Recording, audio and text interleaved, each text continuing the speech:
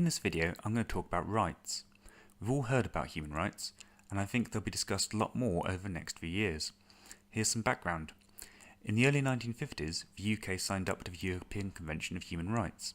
This is separate from the European Union and applies to many more countries, including Russia and Turkey. If anyone has their ECHR rights violated, they can take it to the court in Strasbourg for determination. I'll start off by going really quickly through what these rights are, summarising at a really high level. Article 1 says states have to apply these within their jurisdictions. 2. People cannot be unlawfully killed. 3. No torture. 4. No slavery. 5. You can only be arrested when there is a reasonable suspicion of a crime. 6. Right to a fair trial. 7. Laws cannot apply retrospectively. 8. Right to one's private and family life. This one's a bit vague, I'll come back to this one later. 9. Freedom of thought and religion. 10. Freedom of lawful expression. 11. Freedom of assembly and association. 12. Right of men and women to marry. 13. National authorities can offer to fix the problem before it gets escalated to Strasbourg. 14. Cannot discriminate by sex, race, colour, language, religion, political or other opinion, national or social origin, association with a national minority, property, birth or other status. 15. Says some of the rights can be flexed in time of war or national emergency. 16. Bit of an interesting one. Allows states to restrict the political activity of foreigners. Everyone within the EU does not count as a foreigner for this. And the last two are general admin, again massively oversimplifying here. So on the surface they all seem fairly reasonable. However, there is some controversy around how they have been interpreted by the court. For example, Article 8 has stopped a number of illegal immigrants being deported, and it took 8 years to extradite Abu Hamza over concerns that he might be jailed for life if sent to America.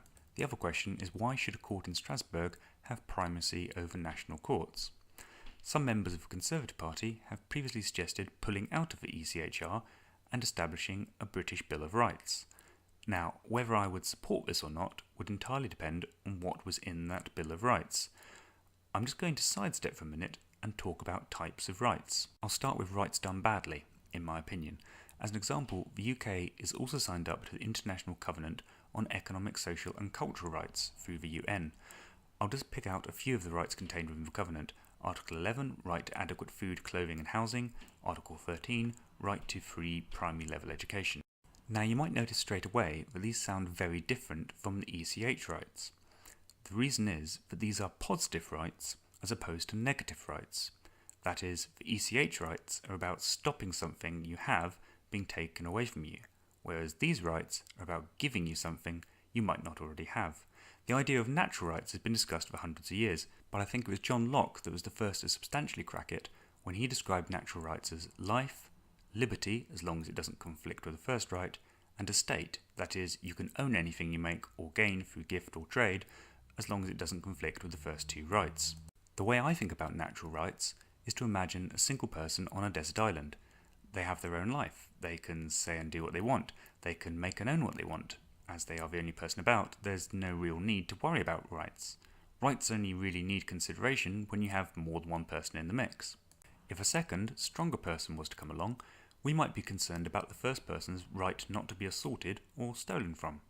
As you can see, the conceptualization of natural or negative rights is about protecting that which would exist in a natural condition, protecting the weak from the strong, and indeed, most of the ECH rights are about protecting people from the biggest power of them all, government, whereas the UN's convention is about giving people stuff at the expense of other people.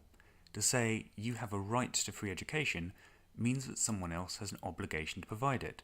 To say that you have a right to clothing means that someone must be obliged to pay for your clothing.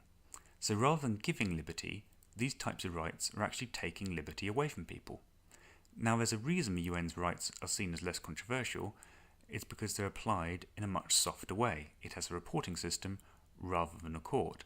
I give these as examples because I really dislike the idea of positive rights. In my view, rights should be about protecting what you naturally have from others and from the government.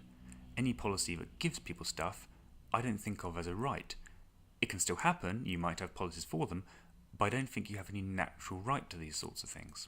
This becomes really quite important when we think about the role of government and rights. Often politicians talk about things being rights in order to moralise a particular policy, rather than those things actually being natural rights. A person who spoke a lot about natural rights was Thomas Paine. He also spoke a lot about the nature of government and its legitimacy. Here is a quote from Paine. "It is not because a part of the government is elective that makes it less of a despotism. It is the person so elected possesses afterwards, as a parliament, unlimited powers. Election, in this case, becomes separated from representation, and the candidates are candidates for despotism. In other words, our natural rights must be protected regardless of elected government, as well as from it. It is not the codifying of the right that makes it a right.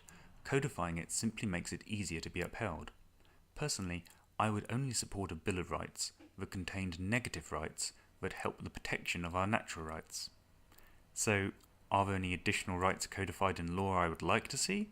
I think one that is kind of missing from the ECHR list is freedom of speech. You could argue it's covered by Articles 10 and 14, but it's not a clear right in and of itself. In America, freedom of speech is right up there in the First Amendment. I think we would benefit of having it front and centre in a British Bill of Rights, if we were to pursue such a bill. If we were to start with a blank piece of paper, what rights would you set?